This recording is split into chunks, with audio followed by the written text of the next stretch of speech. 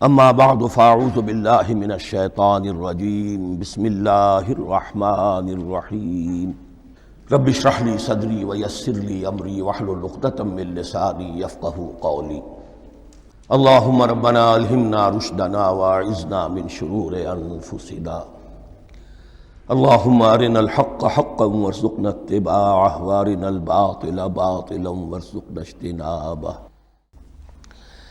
اس سورہ مبارکہ کو الصلاح قرار دیا گیا ایک حدیث میں۔ اس کا جو اسلوب ہے وہ دعا کا ہے، اور دعا کے ساتھ اس کی جو مناسبت ہے، اور پھر اسی کی وجہ سے ہماری نماز کا یہ جزو لا ینفک بنا دیا گیا۔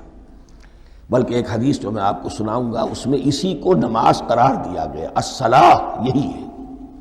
ویسے وہ حدیث مبارک موجود ہے، من لم یقرأ بفاتحۃ الکتاب لا صلاۃ لمن لم یقرأ بفاتحۃ الکتاب، جو شخص سورہ فاتحہ کی تلاوت نہیں کرتا اس کی کوئی نماز نہیں۔ اس کے حوالے سے بھی ہمارے ہاں دو مسلک ہیں، ذکر صرف اس لیے کر رہا ہوں کہ آپ کے علم میں ہو، ان میں کوئی بنیادی فرق نہیں ہے۔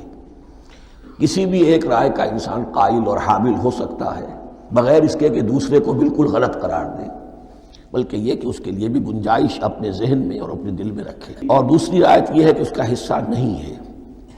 اسی اعتبار سے یہ کہ یہ سورہ مبارکہ نماز میں پڑھی جانی ضروری ہے، لا صلاۃ لمن لم یقرأ بفاتحۃ الکتاب۔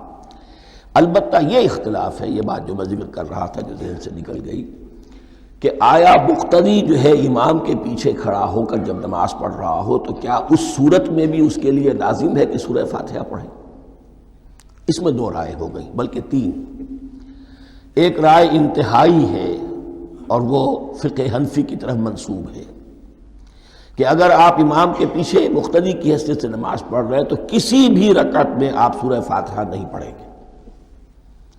ایک دوسری بالکل برعکس رائے ہے، وہ امام شافعی رحمۃ اللہ علیہ کی ہے کہ ہر حالت میں، چاہے امام جہری رکعت پڑھا رہا ہو جس میں وہ بلند آواز سے سورہ فاتحہ پڑھ رہا ہو، اور چاہے وہ سری رکعت ہو، ہر حالت میں مقتدی کو بھی پڑھنی ہے۔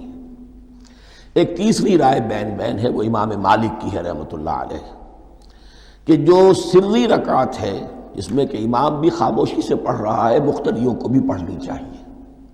جو جہری رکعت ہے جس میں کہ امام بلند آواز سے پڑھ رہا ہے، اس میں مقتدیوں کو خاموش رہ کر پوری توجہ جو ہے سننے پر صرف کر دینی چاہیے۔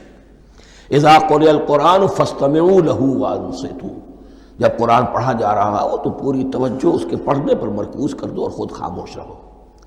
میرے اپنی رائے میں یہ تیسری رائے سب سے زیادہ صائب ہے، اور اس میں کسی طرح کی بھی کوئی پیچیدگی پیدا نہیں ہوتی۔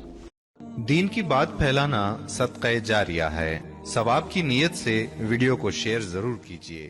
جزاک اللہ۔